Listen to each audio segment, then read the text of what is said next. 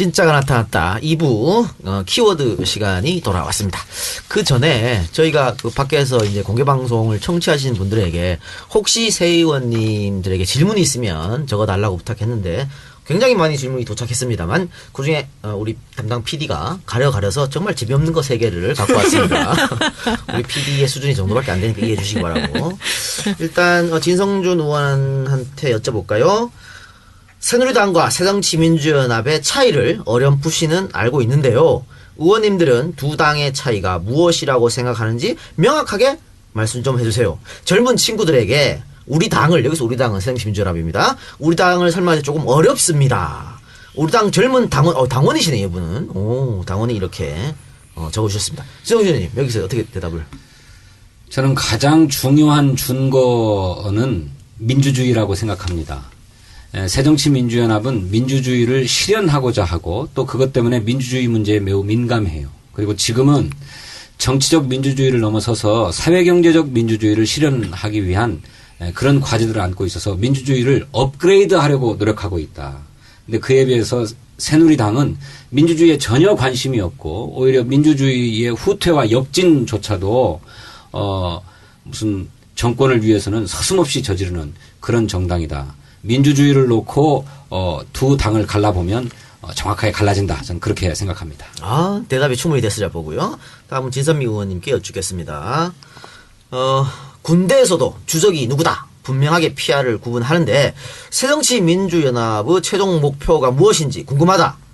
우리는 유권자들은 정권 교체라고 이야기를 하는데 실제로 새정치민주연합은 그걸 잘 안 하는 것 같다. 내부 싸움만 하고 있다. 새정치민주연합의 목표가 무엇인지. 당연히. 정권 교체입니까? 당연히 정권 교체죠. 저 스스로를 돌아봐도요. 네, 다만 그 내부 분열로 보여지는 그 지점들은 그걸 향한 여러 가지 목소리의 결합이라고 생각해 주시면 좋겠고요. 예. 내부 분열에 대해서 사과하십시오. 사과합니다. 진심으로 사과드립니다. 하지만 우리 당의 장점이 또 그 안에 있다라고 생각합니다. 실제로 제가 정말 좋아했던 한때는 또 믿었던 그런 분들이 새누리당 안에 들어가서 도대체 다른 목소리가 얼마나 나오고 있는지 저는 그 지점에서 우리가 적어도 건강한 지점이 있다라고 보이고요. 물론 그게 다라고 하면 저희가 지금 이렇게 고생하고 있지는 않겠죠. 그래서 좀 더 보기에 문제가 있다고 생각하는 면들을 그걸 오히려 장점화할 수 있도록 노력하겠습니다. 알겠습니다. 또 김강진 의원님께 그 김강진 의원님이랑 동갑이시란 분이 여성분이 이렇게 또 질문을 주셨습니다. 네, 여성분입니다. 본인은 참고로 DJ 전 대통령을 가장 존경하는데 김강진 의원님께서는 존경하는 정치인 누군지 또 현역 의원 중에 가장 좋아하는 사람은 누구지? 뭘 본인을 지금 최선 의원이 자기라고 지금 이렇게 그러지 마요. 근데 이 두 분의 질문은 뭔가 그 사고도 깊고 뭔가 질문할 것 같은데 제 질문은 거의 소개팅 나갔을 때 그냥 물어볼 수 있을 만한 그런 동갑이래잖아요. 네, 성이 진실 아니잖아요. 그러니까요. 이게 진짜 육두품의 서름을 여기서도 또 느끼네요. 뭐 저는 사실 이제 이분이 정치인지 아닌지는 모르겠습니다만 가장 좋아하는 분은 늑보 문익환 선생님을 가장 좋아하고요. 공교롭게도 그분의 아들이신 문성근 씨가 제 후원회장이시기도 해요. 그렇습니까? 별로 도움은 안 될 것 같은데. 항상 제가 후원회장 지금까지 3년 반 동안 단 1원도 후원을 안 하셨거든요. 그래서 후원회장님이? 네, 후원회장님이. 그래서 된다니까요. 후원을 좀 해주셔야 되는 거 아닙니까? 그러면 트위터에 한번 써줄게. 그래가지고 트위터에 좀 써주시는 재능 걸로. 기부. 네. 재능 기부. 그래도 그날 트위터를 쓰면 한 100만 원은 들어온답니다. 그래요? 그럼 됐네. 근데 자주 안 써져요, 이분이. 존재감을 확인하고 네, 싶어요. 여튼 그렇게 해서 하고요. 국회에 들어와서 가장 좋아하는 의원은 제 행사가 있을 때마다 출판기념회 사회를 봐주시고 순천까지 오셔서 지역위원회의 개소식을 사회를 봤던 진선미 의원도 있지만 잊지 말이었어. 압력이 통하지 않았습니다. 가장 술을 많이 사주는 최재천 의원님을 좋아합니다. 최재천 의원님. 역시 돈이 문제. 대답이 충분히 됐으리라 봅니다. 자, 이렇게. 사실 이것도 소통입니다. 우리가 새정치민주연합이 젊은 층과의 소통을 위해서 이 팟캐스트를 만들었듯이, 여기 이렇게 EJ 안가에서 공개 방송을 하면서 직접적으로 바로 질문을 받아서 바로 또 여러분들 답변 드리는 이게 뭐 쌍방향 커뮤니케이션 아니겠습니까? 그러니까 여러분들도 이렇게 의원님들하고 바로 소통하고 싶으신 분들 또 의원님들의 사인을 받고 싶다 혹은 사진을 같이 찍고 싶다 끝나고 맥주라도 한잔 하고 싶다 생각하신 분들은 매주 수요일 8시 성산동 EJ 안가로 와주시면 대단히 감사하겠습니다. 그 저번 주에 어쨌든 아까 뭐 진성준 의원 말처럼 여기서 연습해서 가서 대정부 질문 훌륭하게 소화한 그게 통했던지 말이죠. 키워드를 또 같은 걸 들고 왔다 이런 얘기가 있는데 자 일단은 한번 그 핸드폰 그 입력된 거 한 번씩 들어주시죠. 어떤 키워드를 갖고 오셨는지 자 들어주시기 바랍니다. 김강진 의원은 국회의원 특권에 대해서 이야기를 하고 싶다고 말씀하셨고 진선미 의원님은 역시 오늘 또 블링블링 안 보여. 안 나오네요. 안 보여. 형 복지원. 형제복지원 이야기를 하겠다. 형제복지원 특별법에 관한 아마 얘기를 하실 것 같은 생각이 듭니다. 또 진성준 의원님은 탄저기 2 본인께서 저번 주에 했는 거에 굉장히 뿌듯함을 느껴서 제가 상임위를 3년 반을 같이 해보잖아요. 네. 이분은 주위의 시선을 아랑곳하지 않습니다. 본인의 삘이 꽂히면 그냥 가는 탄저균 쓸도 안 썼을 것 같은데. 자 탄저균부터 이야기하도록 하겠습니다. 자 지난주에 이어서 탄저균 그 두 번째 이야기 어떤 이야기입니까? 별로 또 새로운 게 없을 것 같은데. 예, 지난번에 탄저균의 심각성에 대해서 제대로 전달이 안 됐다고 해요. 그래서 한 번 더 말씀드리는데 탄저균은 메르스보다 2배쯤은 더 무서운 병입니다. 치사율이 80%에 이르러요. 어떤 보고서에 의하면 서울 인구의 50%를 살상하려고 하면 TNT 폭탄 2.5메가톤이 필요하다고 합니다. 그리고 도쿄에 뿌려진 살인 신경가스 이거는 1,700톤이 필요하대요. 그런데 서울 인구 500만을 살상하는데 탄저균은 단 17kg이면 된다고 합니다. 엄청나네요. 그러니까 이게 매우 심각한 것인데 이 탄저균이 살아있는 채로 주한미군에 의해서 우리나라 오산기지에 들어와서 실험됐다고 하는 것입니다. 그런데 이것을 우리 정부는 까맣게 모르고 있었어요. 더 심각한 것은요. 미국 국방부 홈페이지에 보면 미국 메릴랜드 주의 한 실험실에서 5월 22일 날 탄저균이 살아있음을 발견하고 즉시 신고를 합니다. 그러니까 미 국방부에서는 미국에 있는 질병관리본부로부터 탄저균이 살아있어서 증식하고 있다라고 하는 소식을 듣자마자 샘플이 보내진 모든 실험실에다가 연락을 해줬다는 거예요. 5월 22일 직후에. 그 통보를 받은 직후에. 거기 그 국방부 홈페이지에 영문으로 되어 있는 걸 보면 immediately라고 써 있어요. 그 직후에 그렇게 보냈다 이렇게 되어 있는데 정작 주한미군 사령부는 미 본국으로부터 5월 27일에야 통보받았다라고 얘기하고 있고 우리 정부도 주한미군으로부터 5월 27일에야 통보받았다 이렇게 얘기하고 있습니다. 이것은 소파의 위반이거든요. 더 심각한 것은요. 지금 우리 국방부는 미국의 설명 그대로 탄저균이 죽어있는 상태로 사균화되어서 샘플로 들어온 것이다 라고 주장하고 있지만 아까 말씀드렸던 미국의 질병관리본부 CDC라고 하는 곳에서 6월 5일 날 조사를 하고 조사 결과 보고서를 냈는데 그 보고서에 의하면 더그웨이 미 육군연구소에서 탄저균을 살균해가지고 전 실험실로 보냈는데 그 연구소의 살균 방식이 불완전했다. 거기서는 감마선을 탄저균에 쏘여가지고 탄저균을 죽이는 살균 방식을 썼다고 합니다. 그런데 이 탄저균 농축액의 농도나 크기나 이런 것에 따라서 쪼여야 될 감마선 양이 다 달라야 되지 않겠습니까? 그런데 이게 표준화되어 있지 않았다는 거예요. 또 감마선의 세기에 의해서도 얼마나 세냐 뭐 약하냐에 따라서 어느 정도를 쪼여야 죽는지가 다 표준화되어 있어야 되는데 그게 없었다는 겁니다. 그래서 2005년 1월부터 2015년 5월까지 10년 동안 전 세계에 74번 살아있는 탄저균이 배송됐다는 거예요. 예? 이런 사실들이 미국의 질병관리본부의 조사 결과로 나와서 미국의 USA 투데이가 특종 보도를 했는데 우리 국방부는 이것조차도 모르고 있었습니다. 그러면 우리 국방부는 살아있는 게 아니고 사균으로 들어왔다고 지금 생각하고 있는 겁니까? 그렇게만 그러니까 물론 살아있을 가능성은 있지만 사균 샘플로 들어왔던 것이다. 그러니 별 문제가 없다고 자기들은 봤다. 이렇게 얘기하고 있는데 이제는 미군의 살균 방식 자체가 불완전하기 때문에 모든 탄저균 실험이 금지되어야 하고 뿐만 아니라 미국의 고위험 물질에 관한 이런 실험들, 생화학 실험들은 우리 정부의 정확한 검역과 검사를 받아서 통제돼야 된다.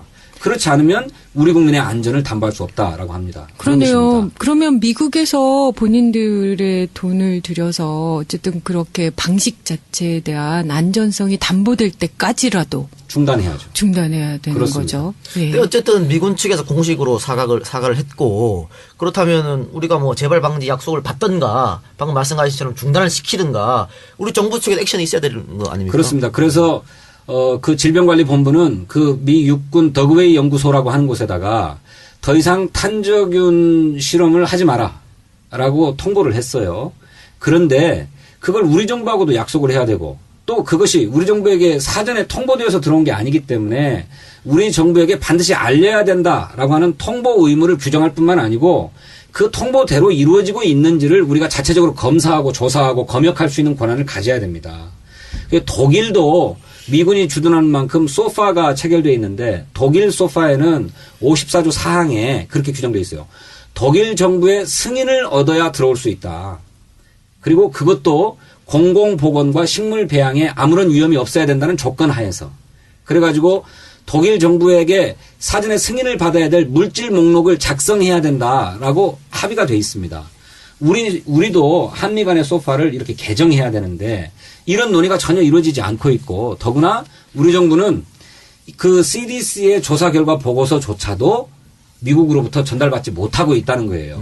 이런 것을 이번 대정부 질문 과정에서 확인을 했습니다. 오, 훌륭하십니다. 그러니 제가 시즌2를 하지 않을 수 없고 훌륭하십니다. 진선미 의원님이 이렇게 박수 치듯이 정의화 의장으로부터 칭찬을 받을 수밖에 없는 것 아니겠습니까? 그런데 진성준 의원님 그렇게 탄저균의 위험성을 지적하고 소파의 문제점을 이야기하고 그럼에도 불구하고 바뀌지 않는다면 그게 무슨 소용이 있느냐라고 할 수도 있거든요. 네, 바뀌어야죠. 그러면. 예. 그런데 주한 미군의 범죄가 어떻게 보면 성역화처럼 돼버렸잖아요. 건들지 못하는 네. 이거를 진성준이라는 국회의원 한 명 혹은 힘이 약한 새정치민주연합에서 계속 지속적으로 이렇게 발언한다고 그래서 고쳐지겠는가? 그러니까 현실적으로 뭐 바꿀 수 있는 게 없을까라고 지적하시는 분들도 있단 말이죠. 그러니까 이제 우리 국민의 여론을 빌릴 수밖에 없는데 이게 이제 메르스에 덮여가지고 제대로 안 알려져서 안타까운데 이제라도 메르스가 수습되면 이 탄저균 문제에 대해서 우리 국민이 관심을 갖고 정부에게 우리 검역 주권을 확립해야 된다라고 하는 요구를 계속하도록 해야 되고 이 정부도 그 심각성을 느껴서 미국과 협의해가지고 뭔가 조치를 취하겠다고 하는데 그것이 양해각서 정도를 체결하겠다는 거예요. 그러니까 매우 미진한 거죠. 계속 노력하고 안 되면 정권 교체를 해서 새 정부가 미국과 그런 문제들을 타결 지어야 되겠죠. 대정부 질의 때는 누구한테 질문을 한 겁니까? 탄저균에 대해서. 이거를 국방부 장관과 외교부 장관 그리고 황교안 국무총리를 상대로 해서 물었습니다. 황교안 국무총리의 답변은 어땠습니까? 조사를 해보고 조사 결과에 따라서 뭐라도 이렇게 판단해야 되겠다. 또 뭐 두리뭉술 넘어가는 네, 그런 입장이었습니다. 입장이었네요. 네. 그럼 앞으로 이 문제에 대해서 계속해서 또 연구하고 지적할 것이죠. 예, 새정치민주연합에서는 탄저균 비밀 반입 사건 대책위원회를 만들어서 이 문제를 계속 추적하고 대책을 마련할 생각입니다. 김강진 의원님은 같은 국방위 소속인데 활약상에 대해서 자꾸 본인이 자랑하는데 곁에서 봤을 때는 어떻습니까? 잘하시니다 옆구리 대단하시고요. 절 받는다. 대단하시고요. 아유, 그냥. 조금은 비아냥이 섞인 것도 같습니다. 끝까지만 얘기하겠습니다. 알겠습니다. 판단은 청취자의 몫으로 남겨두고 그러면 이제 진선미 의원이 갖고 온 키워드 형제 복지원 사건입니다. 형제 복지원 사건은 일단 언론에도 많이 다뤄졌고 그래서 청취자분들이 어느 정도는 아시는 것 같아요. 일단 뭐 인권 유린 사건이었죠. 그러니까 아시안 게임 올림픽을 앞두고 불황아들 어떻게 해야 된다 그래가지고 집단 수용해서 거기서 뭐 성폭력이 일어나고 돈도 안 주면서 노동시키고 또 함부로 살해하는 일까지 그런 끔찍한 일이 벌어졌었는데 문제는 그 원장 박모 씨, 뭐 박모 씨야, 박인근 씨, 박인근 씨가 제대로 된 처벌도 받지 않았다. 그리고 진실도 밝혀지지 않았다. 그리고 그 어떻게 보면 피해자들이 보상도 제대로 받지 않았다. 그래서 지금 특별법을 제정하려고 하는 거죠. 네. 말씀해 주십시오. 거기에 대해서. 네. 형제복지원 사건을 다시 들고 나올 수밖에 없었던 것이요. 결국은 형제복지원 진상규명에 관한 특별법이 통과되는 거가 시작이죠. 예. 그런데 그 단계까지의 거의 막바지에 와 있다.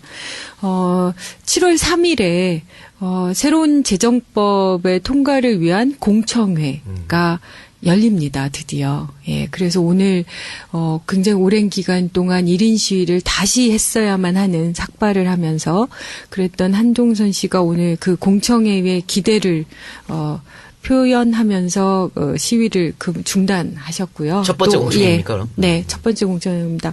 그리고 오늘 제가 팟캐스트를 듣고 계시는 분들은 이 책을 못 보시겠지만 제가 오늘 들고 나왔습니다. 이 책이 두 번째 형제복지원에 관한 책인데 숫자가 된 사람들이라는 제목입니다. 그래서 오늘 이 책을 가지고 7시부터 새로운 또 증언 대회를 하고 있는데 제가 우리 팟캐스트를 위해서 중간에 나올 수밖에 없어서 참 좀 안타까웠죠.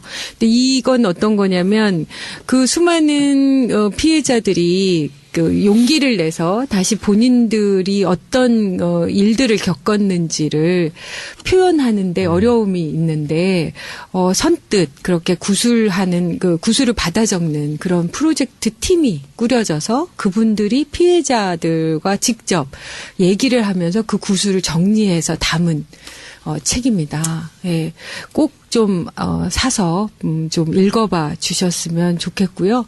그것과 관련된 도움들과 힘을 좀 보태 주셔서 반드시 이번에 공청회가 잘 마무리가 되고 정기국회 때까지 반드시 법이 통과될 수 있도록 힘을 보태 주십사 하는 마음으로 오늘 형제복지원이라는 키워드를 들고 나왔습니다.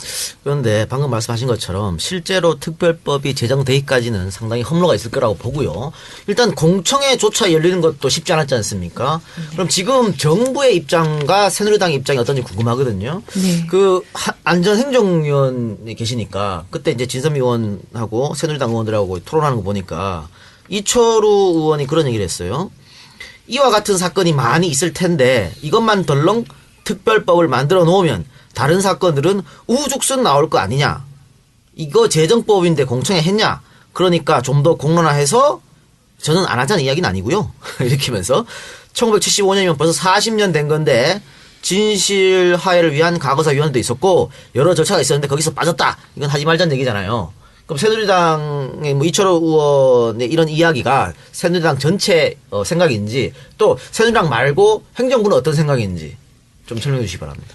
네, 실제로 이 사건이 우리가 관심을 가지고 지속적으로 문제 제기를 한 게 벌써 횟수로는 4년쯤 되는 것 같아요. 2012년부터 이렇게 진행이 됐던 거라서. 근데 이제 아시지만 상임위가 2년에 한 번씩 교체가 되는 거죠. 그래서 그 전에 계속 이걸 문제 제기를 했는데 이제 위원들이 교체가 되면서 이 문제에 대해서 모르고 있었던 의원들이 계셨고요. 그래서 아까 그 의원님이 이제 그런 말씀들을 하셨으나 실제로 그 과정에서 지금의 상황은 이 피해자 분들과 대책위 분들이 지속적으로 방문을 해서 설명도 하고 또 우리가 그 관련된 자료들을 다 보내드리기도 하고 그래서 실제로 새누리당의 박인숙 의원님 같은 경우는 의사이시기도 해서 이 문제에 대해서 그 누구보다 앞장서서 문제 제기에 동참하고 계시고요. 그래서 전체적으로 의회에서는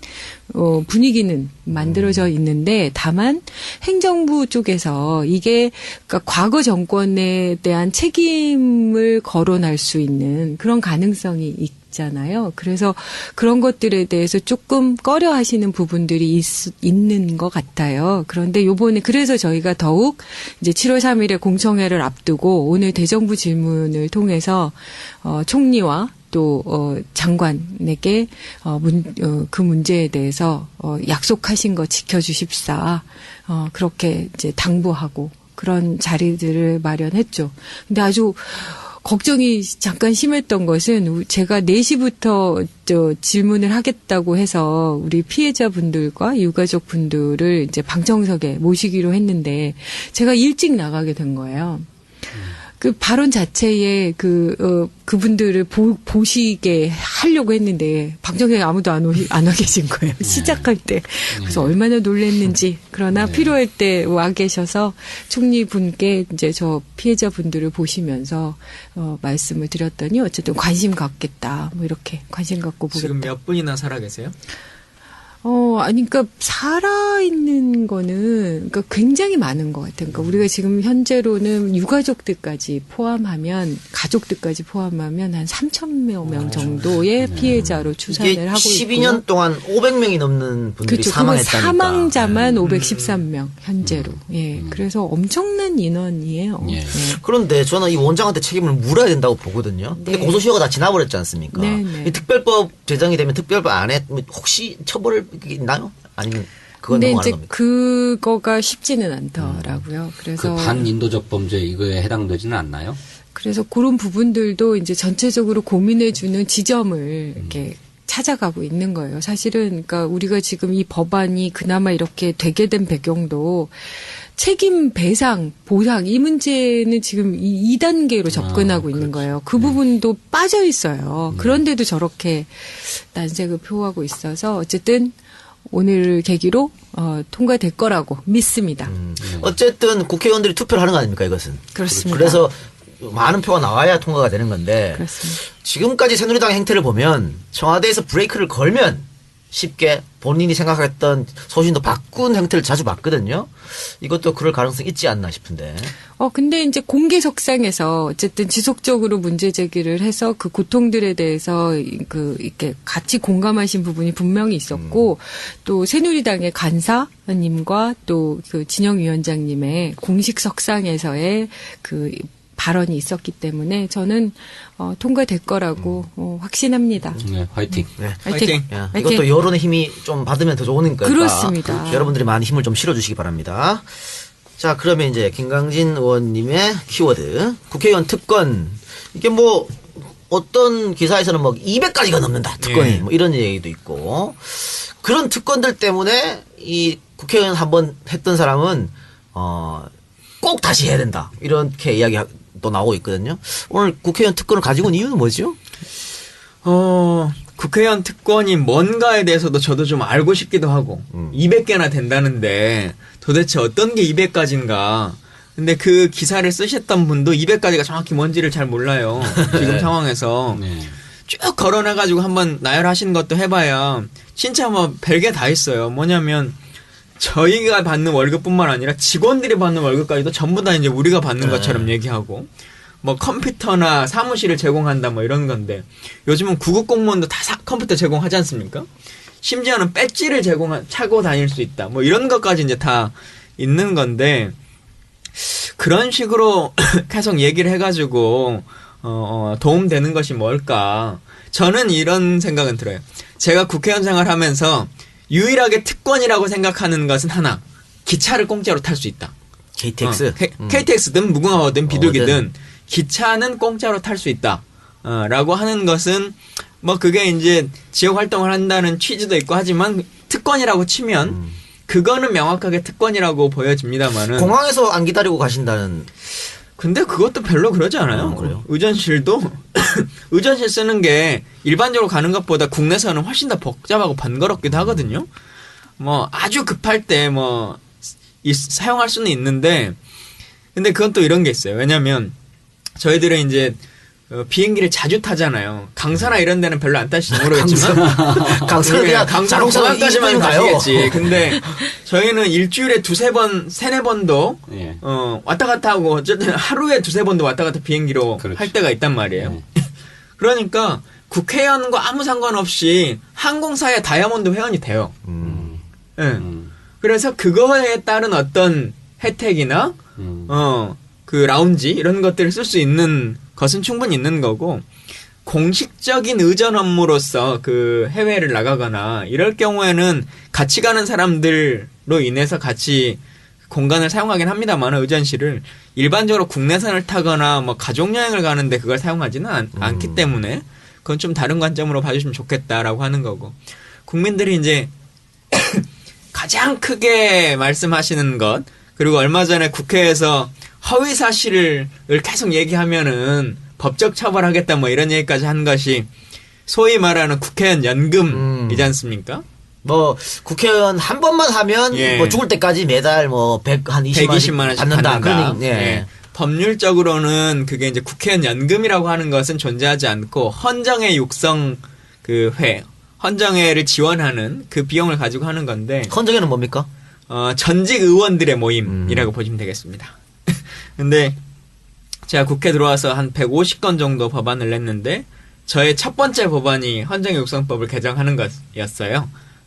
이 국회의원 연금을 없애는 거. 그래서 결국은 이 법이 통과가 됐습니다. 그래서 지금 그 비난하고 계시는 19대 국회의원들은 선수와 상관없이 절대 받지를 못하게 되어 있어요. 못 받게 되어 있고 기존에 받으셨던 분들, 이분들 같은 경우도 말씀하신 것처럼 하루만 국회의원을 해도 이제 받았다는 것은 사실인데 이제는 기준을 정해서 최소한 1년 이상 그 근무를 했어야 됐고 범죄 행위나 이런 것으로 인해서 중간에 사임한 경우에는 받지 못하게 되도록 하고 또 경제적인 기준점을 마련해 가지고 그 기준점에 도달하지 못하는 분들만 본인이 신청을 하도록 제도를 바꿨습니다. 그래서 처음에 한 820명 정도가 받던 연금 그 지원금인데 지금은 400명 정도 받으시거든요. 근데 신규로 늘어나는 사람은 없고 이제 자연 감소되는 숫자이기 때문에 이것은 이제 어느 정도 시기만 지나면 국민들 수준에서도 좀 인식에서도 많이 잊혀질 거라고 생각이 들고. 그런데 저는 그것은 좀 불만이에요. 이제 그렇게 국회법이 개정되고 헌정의 육성법이 개정돼가지고 19대 국회의원부터는 못 받는다라고 하는 건 엄연한 사실이니까 그건 사실대로 확인을 하되 그게 없어진 것이 바람직한 것인가 하는 데 대해서는 저는 이견이 있습니다. 국회의원이 평생 할 수 있는 직업이 아니고 선거에 따라서는 낙선하면 그야말로 이제 백수가 되고 실업자가 되는 것인데 그럼 어떻게 먹고 살 것인가 하는 데 대한 현실적인 고민들이 닥쳐와요. 네. 모르겠습니다. 또 다른 직업을 가지고 계셨던 분들은 그 직업으로 돌아가면 될지 모르지만. 지선미 의원님, 변호사가 돌아가면 되지 뭐. 그렇지. 대한민국 제일 좋은 자가. 제일 좋은 자가. 그런데 저 같은 사람은 돌아갈 곳이 없어요. 우리 김광진 의원님은 돌아갈 곳이 있나요? 저는 근데 돌아가도 그게 65세 이상부터 받거든요. 아니 그러니까 어찌 됐든지 간에 돌아갈 곳이 없는데 어떻게 먹고 산다 하더라도 더 이상 이제 노동 능력이 없을 때에는 연금에 의존해서 살 수밖에 없는 것인데 지금 그런 것이 다 없어져 버렸다고 하면 지금 무슨 후원금을 받든지 검은 돈을 받든지 해가지고 한쪽으로 이렇게 비축해둬야 노후가 대비될 거 아니에요.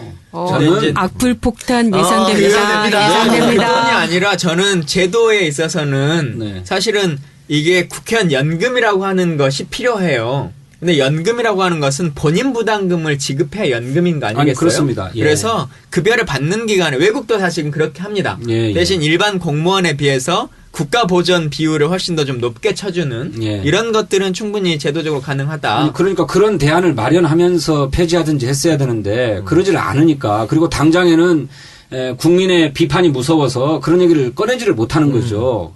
그런데 저는 굉장히 불안합니다. 그런 점에서. 그렇다고 제가 무슨 뭐 후원금도 쌓아둘 만한 후원금도 들어오는 게 아니지만 그렇게 하되 재직 중에 불법 정치자금을 받거나 검은 돈을 받으면 반드시 처벌하고 절대로 다시 정치하지 못하게 엄격하게 하면 될 것이다. 그래서 재직 중에 투명하게 일하고 일한 만큼 나중에 노후는 국가가 책임져 주겠다. 물론 본인 기여금도 한 조건에서 이렇게 마련되어야 뒤가 이렇게 뭐랄까요? 든든해야. 든든해야. 폭탄이 커지고 있어요. 예, 저는 그래도 하는 수 없어요. 그렇게 해주셔야 된다. 그래야 소신껏 일할 수 있다 이렇게 생각합니다. 아니 뭐 어떤 사안에서 반론은 충분히 있을 수 있는 거고요. 어쨌든 이 방금 발언은 진성준 개인의 견해라는 것을 개인의 견해. 자 악플 많이 달아주시기 바랍니다. 두들겨 맞더라도 하는 수 없어. 어쨌든 19대 의원들은 이제 연금이 없는 걸로. 근데 사실은 제가 원래 없습니다. 말하고 싶었던 것은 연금이 없어졌다는 것이 아니라 국회의원들이 특권 얘기를 하면 다 내려놓는 특권 얘기만 해요. 근데 제가 국회의원을 해보니까 실제 국회의원은 정말 힘이 없어요. 그리고 장관급 공직자라고 흔히들 말하는데 국민이 직접 선출한 장관급과 대통령이 혼자서 임명한 실제 장관급이라고 하는 사람들과의 예우와 뭐 이 기준점에 있어서도 너무 차이가 나기 때문에 저는 뭐 급여를 올려라 뭐 하나 이런 하나하나의 문제가 아니라 국민들이 선출한 장관급 공직자가 그거에 합당한 예우를 받는 것이 국민들이 스스로 예우받는 것이다. 라고 하는 것을 좀 인식의 전환을 했으면 좋겠다는 거예요. 그런 의미에서 특권 얘기했고. 근데 뭐, 국회의원 특권이 그러면 우리 국민들 생각하시기에 불체포하고 면책 특권을 가장 먼저 떠올리는 것 같아요. 이것도 찬반 논쟁이 여전히 있죠? 없애야 된다. 아니다, 유지해야 된다. 찬반 논란이 있죠. 변호사가 말씀하시겠습니다. 저도 그 문제에 대해서 초기부터 문제 제기를 했던 거고요. 실제로 국정원 대선 개입이나 여러 가지 사건들, 그리고 우리 지금 훌륭한 진성준 의원님이나 김광진 의원님이 어떤, 밝혀지지 않은 일들을 이렇게 밝혀낼 때 그 부분이 없었으면 사실 어려운 지점들이 분명히 있잖아요. 그렇죠. 네. 저는 그래서 현실적인 그 필요성을 그 누구보다 절실하게 느끼죠. 그럼에도 불구하고 전 역시 피고인입니다.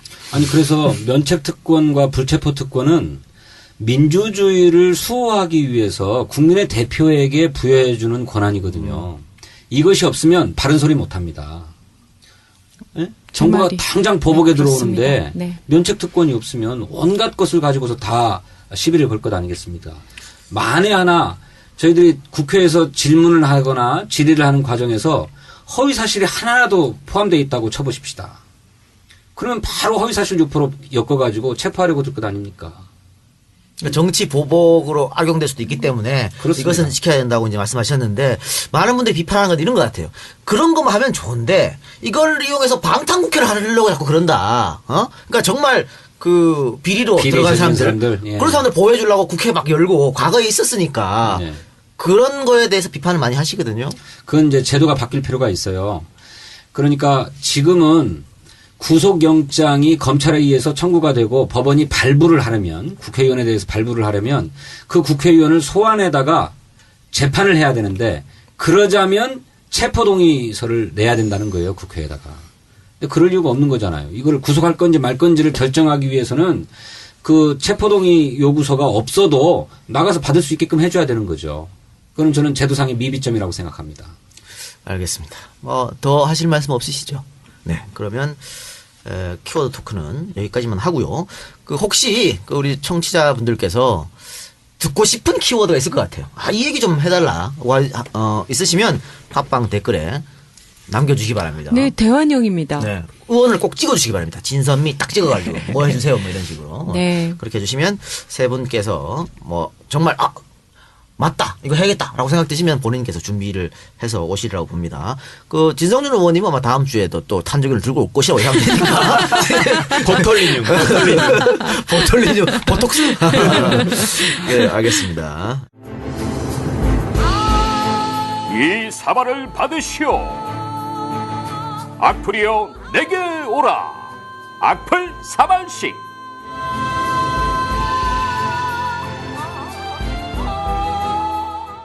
자, 그러면 세 번째 코너입니다. 악플 사발식.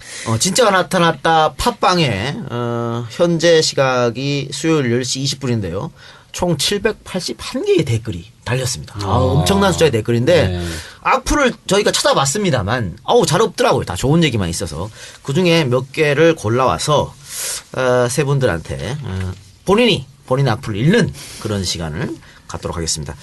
자, 진 의원님 나한테 절대 악플 안 달린다라고 이야기했는데 몇 개 달린 것 같아요.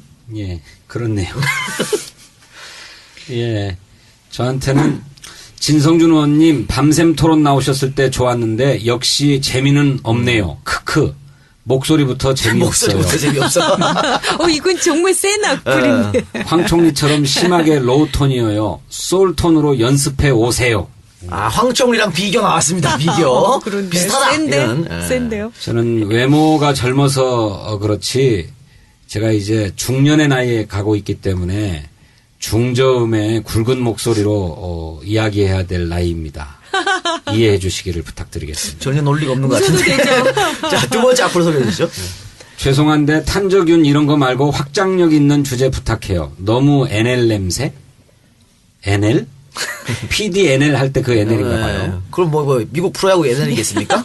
물론 국방위 두 분이시니 이해는 합니다만 무슨 내용인지 잘 모르겠네요. 제1야당 인기 의원들 모여서 기껏 한다는 게 철진한 탄저균 드립. 아, 탄저균에 대해서 굉장히 지금 자부심을 가지고 두 번이나 얘기했는데. 오늘 탄저균 2까지 들어봤는데. 철진한 탄저균들이 기껏 한다는 게. 이 탄저균의 심각성을 모르시는 것 같아요. 메르스보다 2배 더 높은 치사율 80%를 자랑하고 있고 아까 얘기했던 대로 단 17kg만 있어도 서울 시민의 절반을 살상할 수 있는 치명적인 무기입니다. 이것이 우리도 모르게 미군에 의해서 실험되었다라고 하는 것, 이거는 민족의 주권의 문제이기도 하지만 동시에 국민의 생명과 안전이 걸린 문제입니다. 저는 철이 지났어도 계속 탄저균 할 겁니다. 죄송합니다. 알겠습니다. 세 번째 악플입니다. 역사상 최다 의석수 최약체 무능야당 국회의원들이 팟캐스트 방송하고 있네. 국회의원이 팟캐스트나 하라고 있는 자리냐 한심스럽다 진짜. 진성준 의원은 대선 개표 조작 무슨 공청회인가 나와서 서둘러서 마무리하다 일반인 참석자들한테 항의받던 모습이 기억나는군. 기억나십니까? 예, 기억납니다. 저도 팟캐스트 안 하고도 저희 당의 진정이 전달될 수 있었으면 좋겠어요. 그렇지 못하니까 팟캐스트라도 하려고 하는 것입니다.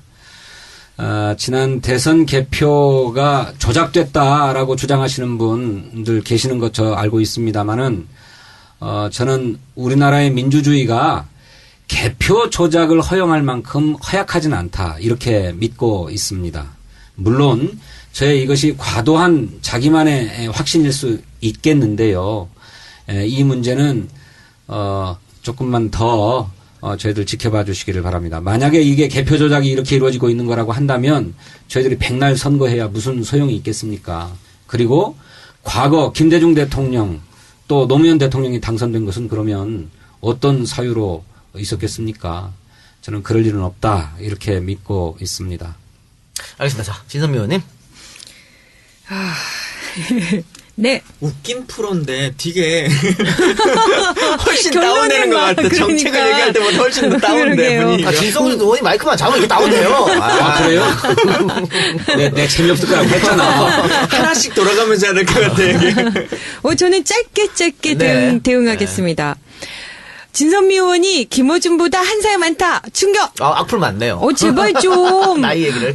비교 대상을 좀 고려해 주십시오. 심사숙고해 주시기 부탁드립니다. 이건 선풀인 것 같은데. 이게 무슨 말씀이에요. 다음. 새로운 분위기의 정치 팟캐스트를 기대해봤는데 그냥 EJ의 나머지 세 분이 게스트로 참가한 느낌이네요. 앞으로도 계속 그럴 것 같고요. 새정년에는 그렇게도 사람이 없나요? 사람 많습니다. 아까도 말씀드렸죠. 용 쓰는 의원들, 친박연대, 우리 다 동원해볼 겁니다. 네. 앞으로 제가 사회를 보면 어떨까요? 또 사회 욕심까지 들어야겠군요. 네. 바꿀 수도 있어. 용용주께서 이름을 바꿀 수도 있으니까. 그렇습니다. 네. 더더욱 노력해 보겠습니다. 네. 다음. 너희들은 민폐 덩어리야. 왜 우리가 너희 당직자 인선 문제에 스트레스 받아야 하냐? 의원이라는 것들이 이쪽 저쪽 눈치만 보고 너희들이 붕어냐? 저 붕어 아닌데요. 예. 당직자 인선 문제 때문에 스트레스 많이 받으신 겁니다. 이런 분들 많이 계세요. 맞습니다. 죄송합니다. 네. 정말. 사과 한번 더 하세요. 네. 정말 진짜로 사과 드립니다. 사실 최재성 의원이 쓴 건 아니겠죠? 눈치 보고 싶지 않고요. 발언 많이 하고 싶습니다. 그런데 아시지만 우리가 이렇게 팟캐스트에 내몰릴 상황으로도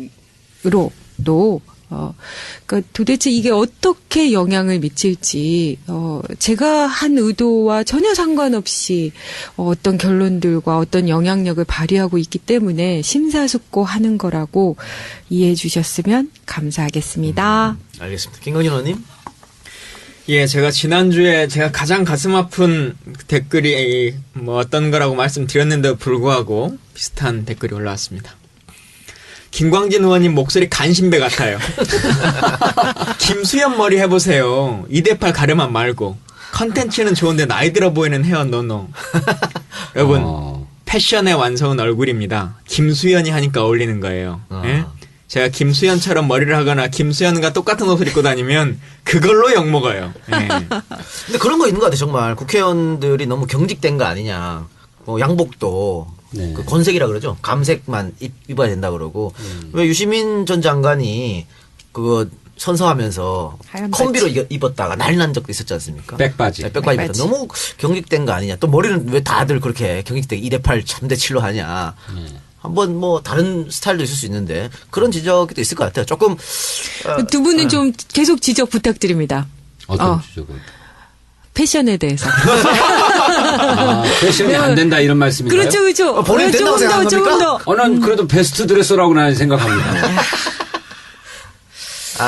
악플집을 다 찾아냈습니다. 자, 저는 이번 주에 3등 안에 안 들면 투블럭으로 헤어스타일을 바꾸겠습니다. 막 공약을 막 쏟아내는구만. 투블럭은 뭐야? 투블럭도 모르면서 뭐 베스트셀러를 한다고. 베스트셀러가 아니고요. 베스트 드레서를 한다. 제가 베스트셀러 작가여서 이게 붙었습니다. 드레스하고 헤어스타일하고 뭔 상관이 있어요? 엄마요. 그게 다 패션이죠. 머리부터 발끝까지. 패션인 거야? 그럼요. 이렇게 시대에 뒤처집니다. 예. 그럼 보톡스를 왜 맡겼어요? 패션이 아닌데. 그러니까 그런데 투블럭은 어떻게 하는 거야? 이게 가운데 가리마? 아니요. 검색해 보시기 바랍니다. 야, 이런 거 해야 재밌네. 예. 두 번째. 김광진 의원님, 오늘자 서울신문에 법안 표결 참가를 50% 안 되는 의원으로 뜨셨던데, 다른 거 할 때나 하더라도 기본적인 임무는 해야 될 것 같아요. 해명해 주세요. 해명하시기 제가 바랍니다.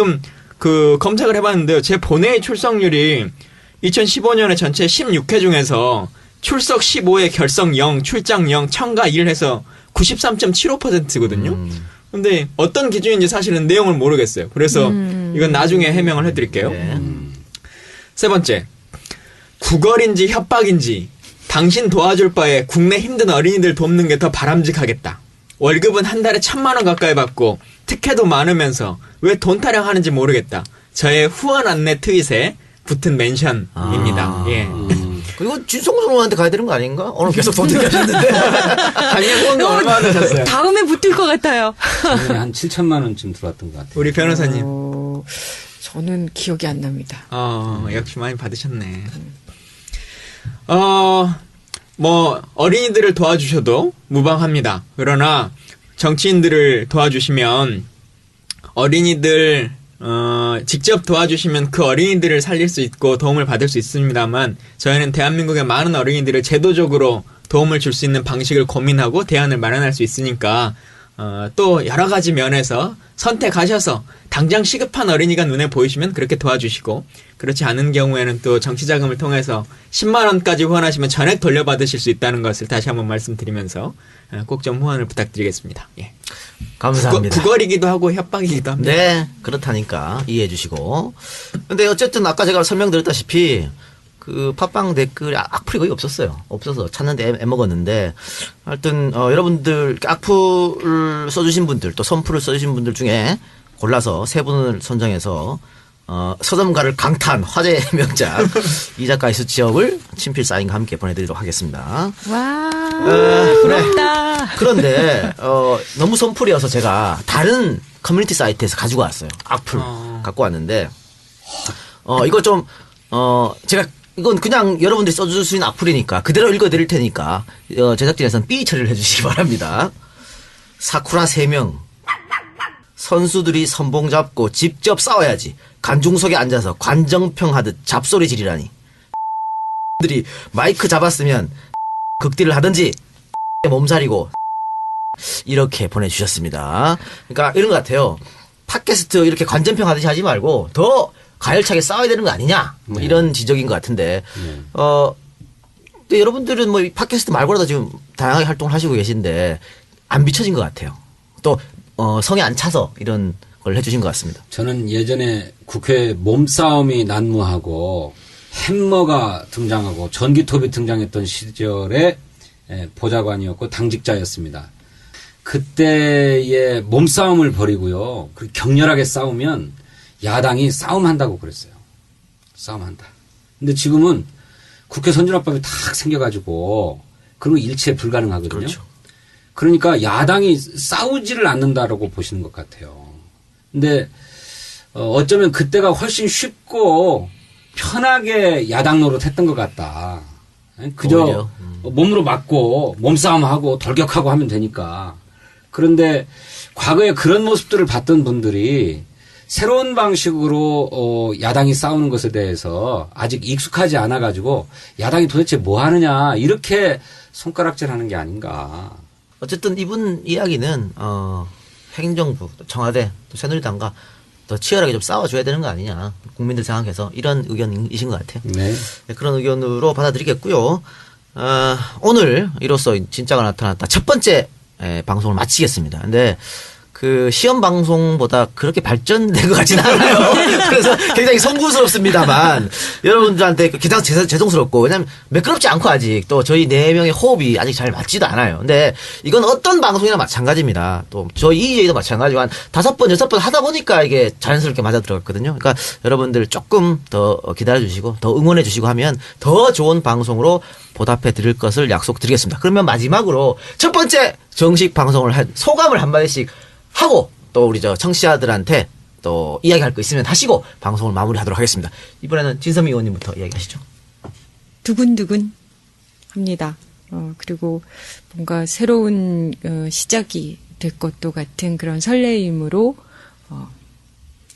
마무리하겠습니다. 네, 좋냐? 웃냐라니까. 웃냐? 미안합니다. 웃냐? 죄송하네요. 나 기강일 의원님. 첫 방송과 예비 방송의 차이점이 별로 느껴지지 않는다. 이게 저도 동일한 생각이 들긴 합니다만은 그럼에도 불구하고 역사는 진보한다라고 했지 않습니까? 한 발 한 발 나아갈 테니까요. 절대 포기하지 마십시오. 예, 듣는 분들이 포기하시면 안 되고 또 이게 또 10위 안에만 좀 들어오면 한 화면에 보이니까 그걸 통해서 올라갈 수 있는 순위도 있지 않겠냐. 라고 하는 기대를 가지면서 열심히 최선을 다하겠습니다. 내용으로 승부하려고 그러세요. 그런 꼼수 쓰지 마시고. 우리 댓글 부대원들 좀 많이 도와주세요. 진성일 의원님. 저는 아까 그 탄저균 시즌 2 하면서 진짜.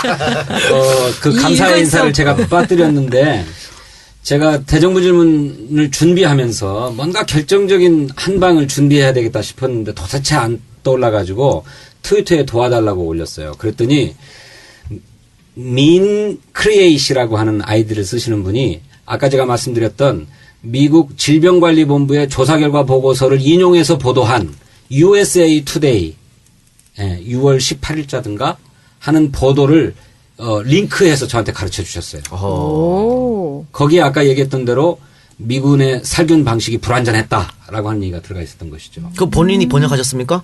영어로 돼 있을 텐데. 제가 한 건 아니고 우리 보좌관, 미국 유학파 보좌관이 번역해 줬어요. 그분께 진심으로 감사를 드리고요. 네, 고맙네요. 예, 국민의 힘으로 대정부 질문을 했다 이렇게 생각합니다. 저는 지난번 프롤로그 방송보다 한결 편한 심정으로 임할 수 있었습니다.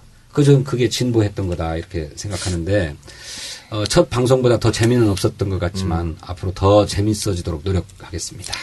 저도 한마디 더 보태면 정말 그 입당 원서에 대해서 얘기할 때에 고민이 있었는데 그럼에도 불구하고 실제로 그 얘기를 들으시면서 입당을 하신 분이 계시다는 거. 아니, 그 몇 분 계세요? 네, 몇 분 계십니다. 전 너무 그것에 대해서 감동하고 진심으로 감사드리고 그래서 더 작은 희망의 싹을 또 한 번 보게 됩니다. 뭐 그렇게 해주시는 것만으로도 이 팟캐스트를 하는 의의가 또 있겠지요. 그렇죠. 혹시 그런 거 있습니까? 각 의원들한테 당에서 할당식으로 몇 명 가입시켜라 당원으로 이런 거 없습니까? 없는데 당원 배가 운동을 지난 문희상 비상대책위원장 시절에 한 적이 있습니다. 지속적으로 하죠. 그건 우리의 정말 수건 사업이죠. 그래서 네. 가장 잘된 지역위원회에 상도 주고 지금 필요한 일인 것 같네요. 네, 네. 알겠습니다. 앞으로 또 저희 셋만 녹음하는 게 아니고요. 뭐 문재인 대표나 김상권 위원장이나 또 각 핫한 지자체장들 있지 않습니까? 네, 박원순 네. 시장, 뭐 네. 안희정 지사, 이재명 시장 이런 분들도 한번 초대 손님으로 모시고 네. 그 새누리당 의원들도 한번 전화 통화 같은 거 한번 합시다. 그러죠. 우리 전화 통화 많이 활용하면 그런 것도 한번 좋겠어요. 하고 진짜 왜 그래 한번 물어보기도 엄청난 하고. 섭외력을 자랑하는 네. 방송 뭐 이런 거. 그렇게 한번 하는 시간을 갖도록 하겠습니다. 네. 자, 오늘 들어주신 여러분들 대단히 감사드리고 다음 주에는 더 알차고 풍성하고 재밌는 방송으로 돌아올 것을 약속드리면서 오늘 진짜가 나타났다 그 첫 번째 시간은 마치도록 하겠습니다. 세 분 수고하셨습니다. 고맙습니다. 감사합니다. 고맙습니다. 이거 안 해요?